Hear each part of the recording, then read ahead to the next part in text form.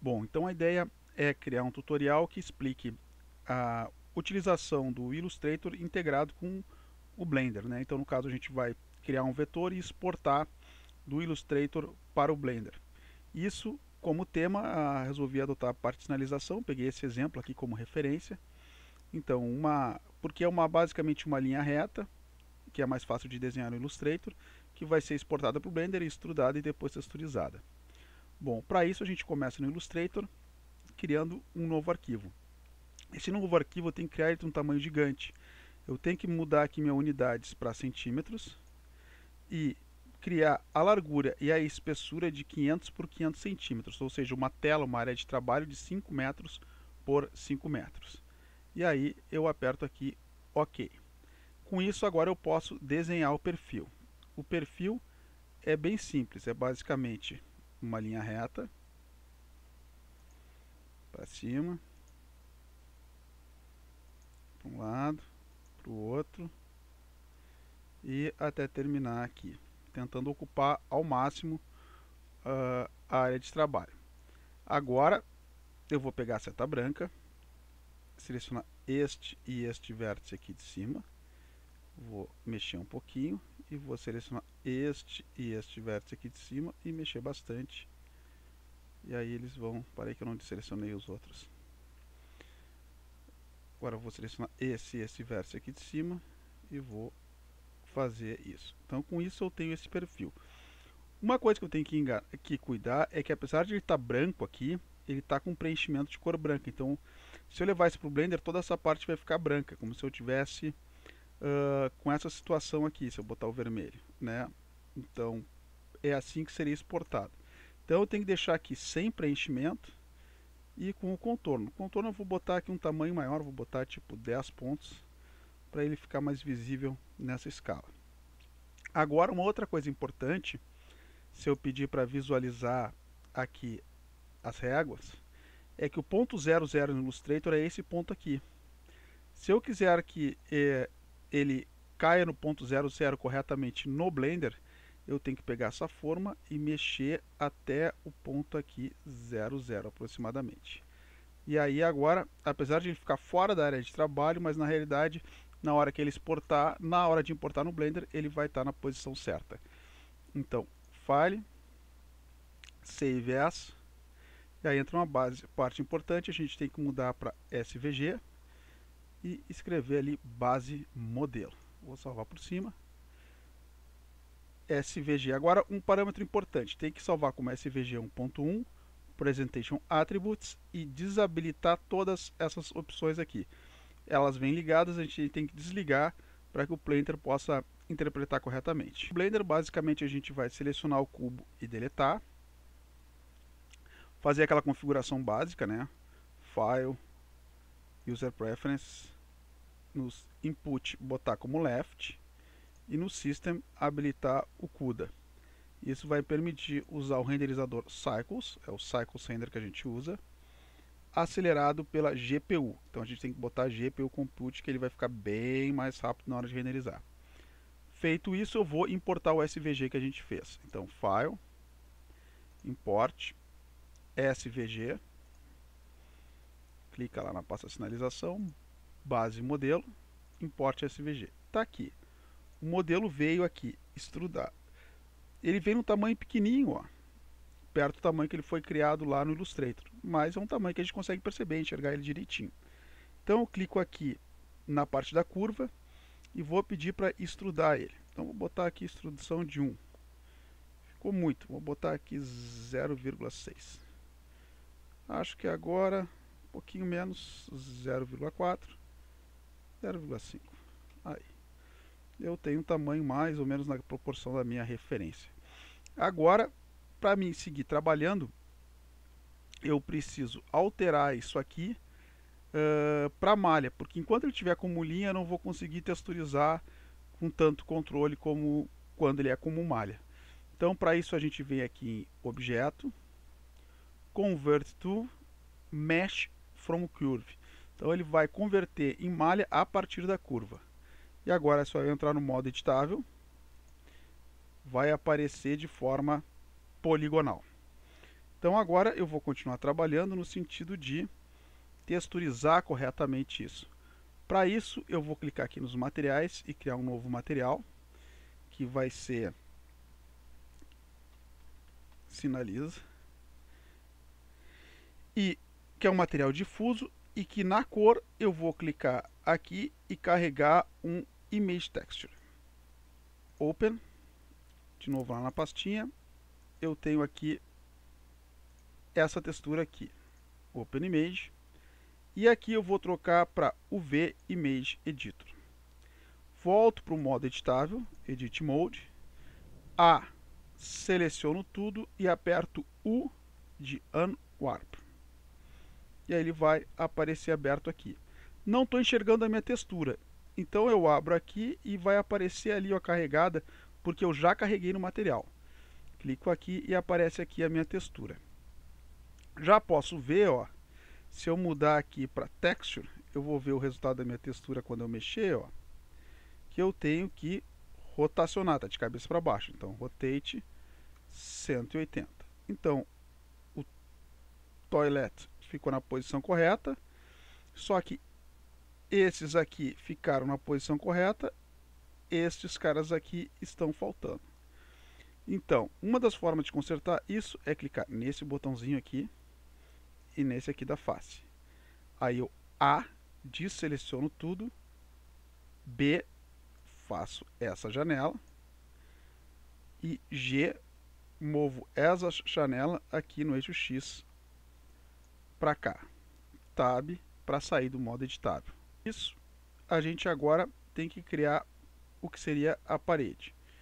Para isso, eu vou criar um plano, Shift A, Mesh Plane, S de escala, Rotate X menos 90. E agora posso empurrar um pouquinho para trás aqui, e com isso eu tenho o plano. Depois que o plano está instalado, falta texturizar. Então a gente tem que criar aqui um novo material, que vai ser o parede.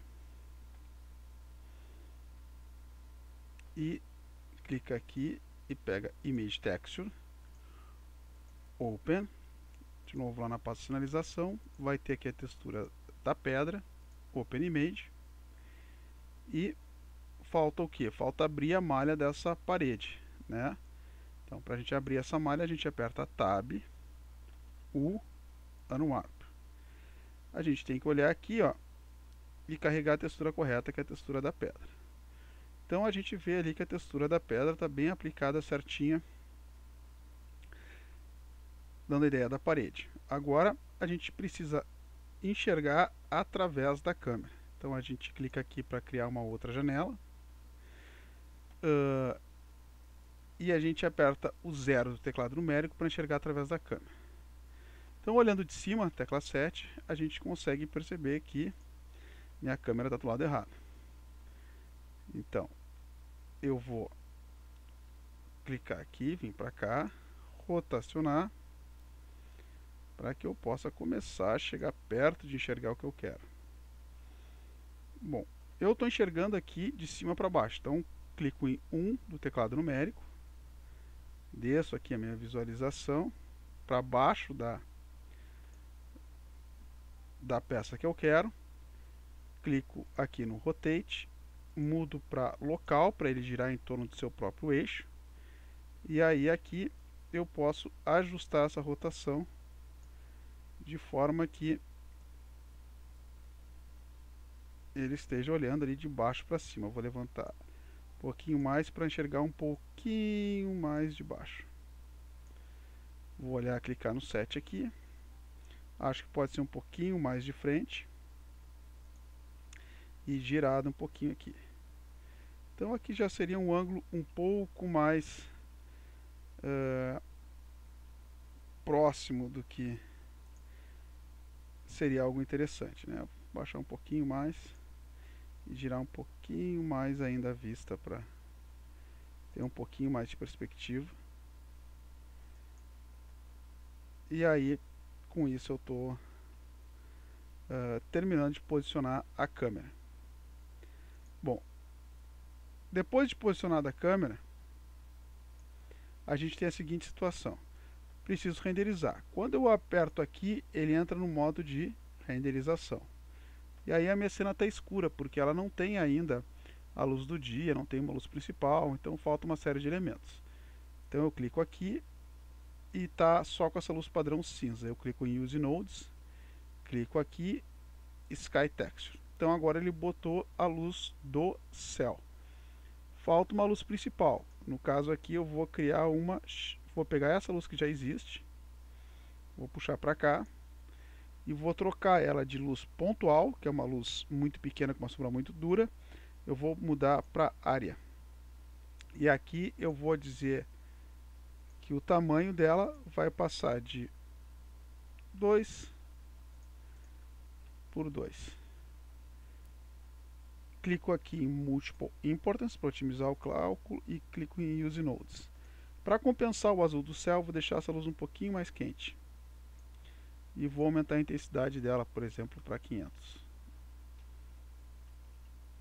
E aí eu já tenho uma luz aqui mais interessante, mais rica, com uma sombra projetada.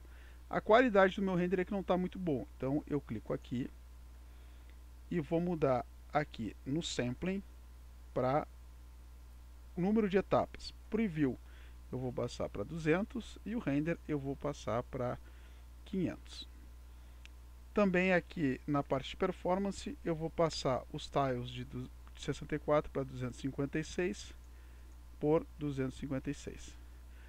Agora falta melhorar esse material, principalmente esse material aqui da sinalização.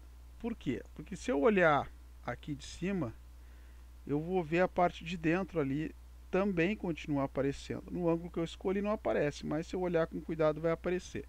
Então aperto o 0 do teclado numérico para voltar para a visualização da câmera e vou trocar aqui embaixo, essa janela que era de textura, eu vou trocar para Node Editor, para enxergar a estrutura dos materiais. Então ele é um material difuso simples. Para mim evoluir esse material, vou apertar aqui Ctrl e a seta para cima. Para mim evoluir esse material, eu tenho que misturar dois materiais. Esse material difuso simples com o material glossy, que é o material reflexivo. Então, eu vou apertar aqui esse maisinho aqui para abrir aqui. E aqui eu tenho aqui os shaders. Vou pegar aqui, clicar no Mix Shader, porque eu preciso misturar dois materiais. E vou clicar no Gloss, que eu preciso adicionar a reflexão. Com isso, ligo isso aqui e isso aqui. E aí eu preciso controlar a mistura dos dois. Ctrl setinha para baixo. Eles estão com uma mistura muito parelha. Para o comportamento ficar melhor, eu vou vir aqui no Input e vou pegar o Fresnel. Clico no Fresnel aqui e cinza com cinza, ligo no FAC. O FAC é o que controla a mistura. Então, Ctrl setinha para baixo e aí eu tenho a reflexão ali aparecendo direitinho. Para mim controlar isso, eu posso aumentar o índice de refração. E aí eu tenho esse um pouquinho mais reflexivo. Esse objeto aqui, que veio lá do Illustrator, o nome dele agora é curva, porque ele veio como uma curva. Vou botar aqui como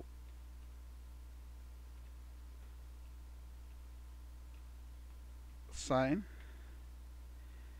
e vou clicar na minha câmera. Eu quero, para dar um pouquinho mais de vida, um pouquinho de profundidade de campo. Então, para isso, eu vou clicar na câmera e aqui eu tenho Deep of Field, que é a profundidade de campo.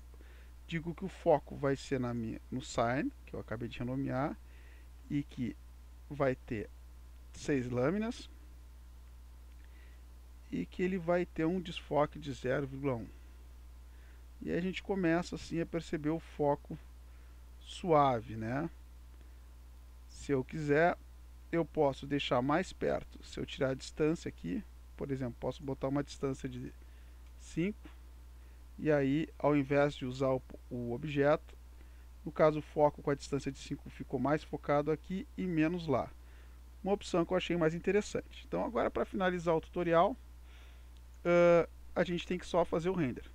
Para isso, a gente clica aqui na perspectiva e vai clicar menu para cima, no opção Render.